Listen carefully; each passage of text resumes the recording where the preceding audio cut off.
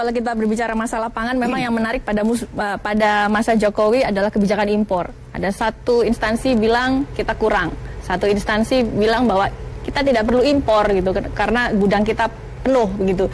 Apa sebenarnya yang terjadi, Pak? Apakah ada yang seperti menyeratkan bahwa kurang koordinasi dalam pemerintahan Jokowi? Ya, Mbak, di satu sisi kita bisa mengatakan begitu, tapi di sisi lain inilah kepemimpinan terbuka oleh Jokowi, di mana semua rakyat harus tahu tentang proses pengambilan keputusan yang menyangkut hajat hidup orang banyak. Soal pangan ini kan bukan hanya periode ini kan persoalan yang terus berlangsung, dan saya kira dari masa ke masa kita terus menata ini. Jadi misalnya di era Pak Jokowi yang paling menonjol itu adalah pencetakan sekian juta hektar sawah. Itu melibatkan ABRI dan segala macam di mana-mana. Namun itu ternyata juga belum cukup, ya. Itu pangan kalau dari sisi beras. Yang lain, bahwa pangan ini kan menyangkut berbagai aspek dasar kehidupan. Oleh karena itu yang paling penting sebenarnya selain cita-cita kita untuk swasembada adalah tercukupi. Kalau tidak, ini kan bisa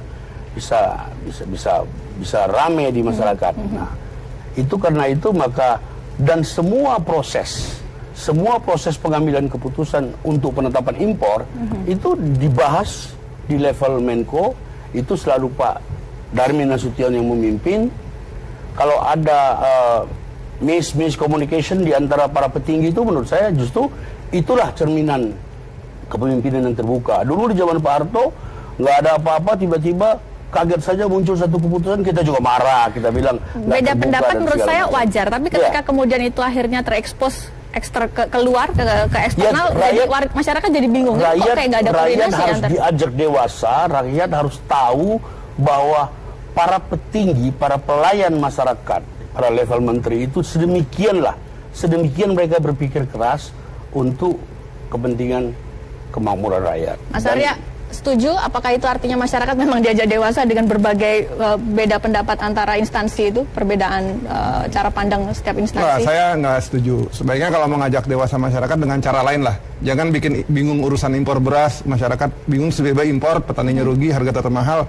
Jangan itu dijadikan sarana untuk impor lalu petani rugi. Ini ya poinnya.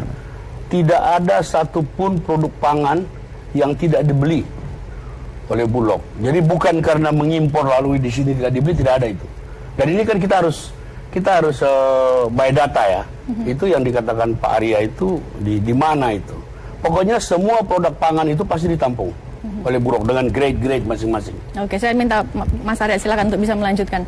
Ya, jadinya kalau soal tadi beda pendapat, menurut saya beda pendapat di antara fraksi-fraksi di DPR wajar, antara akademis wajar, cuman antara menteri satu dan menteri dua beda pendapat silakan, cuman jangan dijadikan polemik di masyarakat untuk sesuatu isu yang krusial, yaitu pangan sehari-hari. Menurut saya sih tetap itu. Oke, banyak yang bertaruh bahwa topik infrastruktur pada malam hari ini akan menjadi bintang dalam debat. Karena di satu sisi mungkin kubunya Pak Taslim, kubu Pak Jokowi mengatakan wah ini adalah bukti keberhasilan. Tapi di satu sisi kubu Pak Prabowo Sandi juga punya peluru-peluru untuk menyerang gitu. Apa yang kira-kira nanti akan dikritisi terkait dengan infrastruktur? Ya, infrastruktur ada banyak infrastruktur, nggak cuma jalanan dan jembatan, jalan tol. Untuk infrastruktur yang rumah rakyat itu prestasi sekarang tuh masih kurang, jauh di bawah target yang dibikin dan masih kurang. Infrastruktur air bersih masih kurang, banyak yang lain-lain. Ya, sementara yang diunggulkan misalkan infrastruktur jalan tol. Ini jalan tol nih kesannya kayak bikin cepet-cepetan panjang-panjangan menjelang pemilu. Jadi banyak harga yang mahal, underspec, kayak abis betonnya tuh nggak ada aspalnya, jadi banyak kecelakaan. Juga perencanaannya, jadi kayak jalan tol yang di Pantura itu dibikin cepat, cuman kehidupan masyarakat di sekitarnya di Pantura tetap aja belum sejahtera, dan peningkatan ekonomi juga nggak kerasa. Udah itu banyak kontraktor-kontraktor yang juga bukannya bertambah, malah banyak kontraktor-kontraktor yang bangkrut. Padahal harusnya infrastruktur puluh triliun investasi baru harusnya tuh mengakibatkan kemajuan ekonomi, banyak lapangan kerja baru di sektor konstruksi. Artinya tidak berbanding lurus. Iya, tidak berbanding lurus. Jadi ini harus dipelajari nih apa yang terjadi gitu. Ada kejanggalan-kejanggalan urusan infrastruktur ini. Temuan Anda apa, Mas? Yang juga banyak yang misalnya kayak LRT di Palembang yang udah sering di media massa itu 3,5 triliun dibikin udah itu nggak ada yang naik. Ya kalau di bawah 30% itu hitungannya nggak ada yang naik untuk investasi sebesar 3,5 triliun. Bahkan sekarang overhead bulanannya aja nombok. Dulu waktu bikin nggak pakai visibility study, nggak tahu kenapa. Atau mungkin pakai tapi tetap dibikin. Terus kayak Bandara Kertajati itu juga jadi mahal sekali, kosong juga. Yang dekat-dekat kita sehari-hari jalan kereta api dari tengah kota ke airport itu mahal juga nih, semua ngomongnya triliun ya Mbak ya. Itu juga kosong juga. Banyak infrastruktur yang udah dibikin mahal-mahal sepi. Itu kalau dihitung secara ekonomis tuh harusnya nggak usah dibikin, tapi tetap dibikin. Ya uangnya mungkin nantinya harus dibikin, cuman kan harusnya ada skala prioritas dan harusnya tepat sasaran, dan kalau bikin kualitas juga harus dijaga, jangan belum diresmiin udah ambruk atau udah habis diresmiin sebulan 2 bulan udah rusak. Itu kan nggak benar gitu.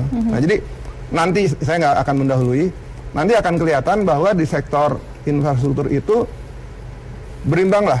Jadi dianggap keunggulan program Pak Jokowi juga karena terlalu banyak kekurangannya, nanti akan kelihatan berimbang. Oke Pak Taslim, Anda... Ya saya kira malam ini supaya Aryani saya kenal lama, kita dulu sama-sama belajar sama Gus Dur, supaya ngomongnya nggak seperti bosnya, harus pakai data. Yang mana itu yang belum diresmikan sudah ambruk gitu, 1-2 bulan sudah rusak. Ini harus clear ya.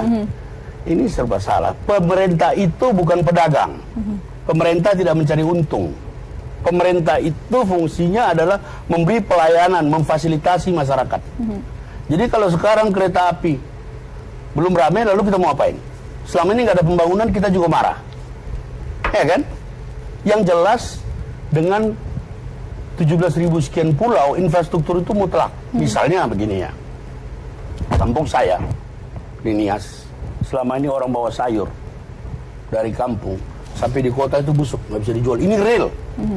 Sekarang dengan jalan yang bagus, masih segar dan masih laku, clear. Tapi kalau mau mengharapkan hari ini dibangun, besok Kertajati orang berbondong-bondong, nanti kita lihat waktu musim haji bagaimana haji di Jawa Barat yang jumlahnya sekian ratus ribu. Jadi pemerintah itu bukan PT yang mencari untung. Pemerintah itu pelayan masyarakat. Oke, baik. Tahan dulu penjelasan Anda. Kita lanjutkan usai jeda pariwara berikut, saudara. Tetap bersama kami di Ruang Demokrasi.